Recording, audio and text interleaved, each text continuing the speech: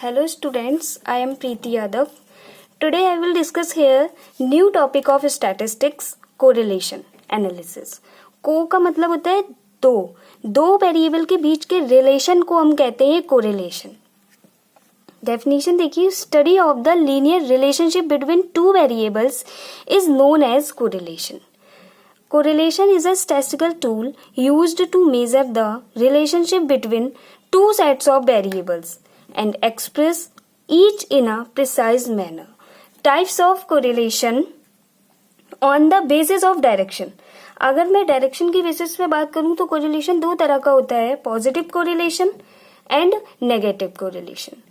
On the basis of number of variables, अगर हम number of variables के basis पे बात करते हैं तो कोरिलेशन हमारा 3 टाइप का होता है, simple correlation, multiple correlation and partial correlation.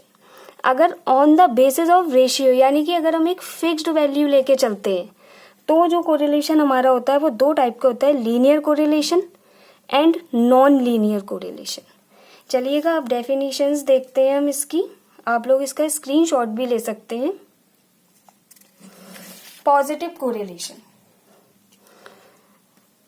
Correlation is positive when two variables vary in same direction. यानी कि अगर x हमारा इंक्रीज हो रहा होगा तो y भी हमारा क्या हो जाएगा, इंक्रीज हो जाएगा. और अगर हमारा x डिक्रीज हो रहा है तो y भी हमारा क्या होगा, डिक्रीज हो रहा होगा. यानी कि दोनों सेम डायरेक्शन में जा रहे होंगे. तो इस तरह का जो रिलेशन होता है वो पॉजिटिव कोरिलेशन कहलाता है. फॉर एग्जाम्पल देखते हैं, consider the correlation between sales and expenses of a firm. तो देखिएगा ये फर्म्स हमें दे रखी है, सेल्स दे रखी है हमें, ये भी आप देख रहे होंगे इंक्रीज हो रही है. और जो एक्सपेंसेस हैं वो भी हमारी सारी क्या हो रही है, इंक्रीज हो रही है एक ही डायरेक्शन में. तो इस तरह का जो रिलेशन होता है वो पॉजिटिव कोरिलेशन कहलाता है. ये इसका थोड़ा सा ग्राफ भी बना हुआ है, इसमें आप देख सकते हैं. अगर हमें क्वांटिटी को इंक्रीज करना है तो प्राइस इंक्रीज करना पड़ेगा, ठीक है. और अगर हमें क्वांटिटी को डिक्रीज करना है तो प्राइस भी हमें डिक्रीज करना पड़ेगा, ठीक है. आगे देखिएगा, नेगेटिव कोरिलेशन.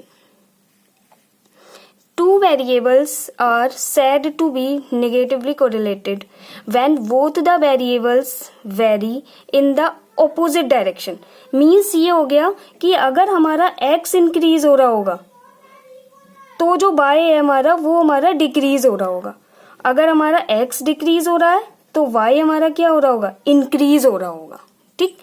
यानी कि when one variables increase then other variable decrease, so it is a negative correlation. For example consider the following relationship between production and price of a crop.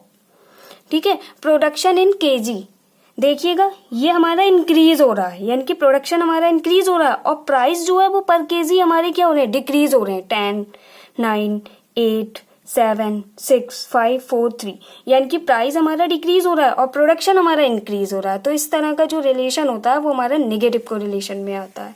अब देखिएगा हम बात करते हैं लीनियर कोरिलेशन. इसमें मैंने आपको बताया था एक फिक्स्ड वैल्यू लेके चलते हैं, ठीक. In a linear correlation change in the value of the one variable has a fixed ratio, ठीक. ये है has a fixed ratio to the variables in the value of the other variable. When these variables are plotted on a graph, then plotted points would falls on a straight line. मतलब ये कह रहे हैं mustard है, ठीक. ये हमारा increase हो रहा है एक लेवल में और जो हमारा ऑयल है वो एक फिक्स्ड वैल्यू के साथ इंक्रीज हो रहा है. आप देख रहे होंगे इनके बीच का डिफरेंस है 3, वो हमारी क्या होगी, फिक्स्ड वैल्यू. 3, 6, 9, 12, 15, 18, 21, 24, यानी कि 3 का डिफरेंस आ रहा है. जो हमारी फिक्स्ड वैल्यू है वो एक 3 वैल्यू है.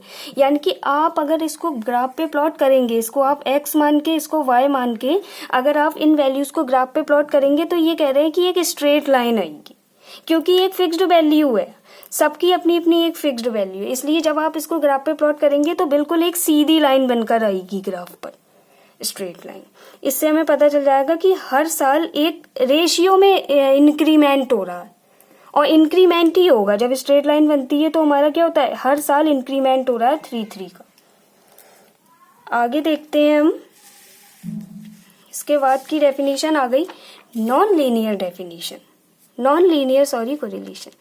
In a non-linear correlation, change in value of one variable does not have a fixed ratio. इसका opposite does not have a fixed ratio to the variation in the value of the other variable. When these variables are plotted on a graph, the plotted points would falls in a curve. For example, use of fertilizer in kg. यानी कि अब ये देखिएगा production of rice, इसमें जो rice का production हो रहा है वो हर साल फिक्स्ड वैल्यू नहीं है, कभी 6 हो रहा है, कभी 4 हो रहा है, 6 हो रहा है, 9 हो रहा है, 17 हो रहा है, 28. यानी कि ये कह रहे हैं कि जब हम इसको ग्राफ पे प्लॉट करेंगे तो एक कर्व में आएगा, इस तरीके से आ जाएगा, ये कर्व में बन के आएगा ग्राफ. यानी कि कभी ज्यादा हो रहा है, कभी कम हो रहा है, उसकी कोई अपनी फिक्स्ड वैल्यू नहीं है. तो ये हमारा नॉन लीनियर कोरिलेशन हो गया. चलिएगा अब हम आगे बढ़ते हैं simple correlation. When we measure the linear relationship between two variables then this interpretation is known as simple correlation, क्योंकि वैसे ही ये सिंपल है. For example, relationship between scales and expenses, income and consumption and etcetera. अब देखिएगा partial correlation क्या होता है. If we have various related variables and try to find out the relationship between two variables. देखिए variable relationship तो 2 ही variables के बीच में होगी, लेकिन इनका रिलेशन कई तरह से हो सकता है. ये कह रहे हैं 2 वेरिएबल्स का रिलेशन कई तरह से हो सकता है, इसीलिए उसका नाम इन्होंने पार्शियल रखा है. 2 variables is known as partial correlation. जैसे कि आपने पढ़ा भी होगा, हमारा ABC 3 होते हैं, तो ABC का जो रिलेशन होता है वो कुछ इस तरह से होता है, AB BC CA. तो ABC 3 का रिलेशन 2 में कई तरह से हो गया, तो है 2 वेरिएबल्स, तो इस तरह का जो रिलेशन होता है वो पार्शियल कोरिलेशन होता है. फॉर एग्जाम्पल आप देख भी सकते हैं, consider 2 variables height and weight. ये 2 हो गए, height and weight, which are partially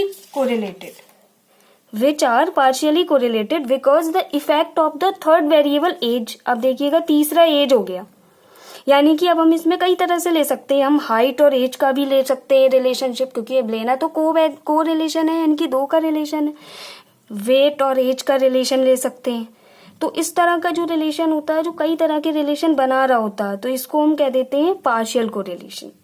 अब इसमें देखिएगा 3 हो गए, हाइट और वेट का हो गया, एज और हाइट का हो गया, वेट और एज का हो गया, तो पार्शियली कोरिलेटेड हो गया. अब ये कह रहे हैं because the effect of the third variable age on the height and weight. In this condition if we neglect the effect of age, अगर हम एज के इफेक्ट को निग्लेक्ट कर दें and study the relationship between height and weight, और अगर हम केवल हाइट और वेट पे स्टडी कर ले, तो this relation, then this correlation is known as partial correlation.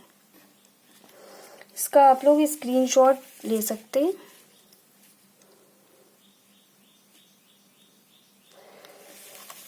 आगे हम बढ़ते हैं मल्टीपल कोरिलेशन. मल्टीपल का मतलब होता है कई सारे. अब देखिएगा, it is defined as the measurement of the effect of the multiple variable, बहुत सारे. For example, if we try to find of the relationship of rainfall and temperature of the yield of wheat, then it is known as multiple correlation, क्योंकि rainfall और उसमें temperature में क्या फर्क आ रहा है. आगे देखते हैं हम नो कोरिलेशन. कोरिलेशन कहां पर नहीं हो रहा है. If there is a no correlation between x and y, that just means that there is no relationship, connection और interdependence between the 2 variables x and y. For example, the amount of time is I spend watching TV has no impact on your heating bill. यहाँ पर जो correlation की जो value होती है वो 0 होता है. यहाँ पर कोई भी मतलब 2 वेरिएबल ऐसे हैं जिनका आपस में कोई रिलेशन नहीं है. जैसे फॉर एग्जांपल मैं कह दूं x हमारा कोई ऐसी चीज है जिसमें हम हाइट की बात कर रहे हैं, और y हमारी कोई ऐसी चीज है जिसमें मैं उसके साथ में प्राइस की बात कर रही हूँ. तो क्या ऐसा हो सकता है कि हाइट और प्राइस आपस में कोई रिलेशन है? नहीं है. तो 2 वेरिएबल ऐसे होंगे जिनका आपस में कोई रिलेशन नहीं बन रहा होगा. तो इस तरह के हम रिलेशन को कहते हैं correlation, no correlation.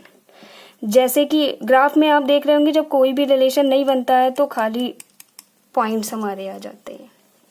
Now you can take screenshot.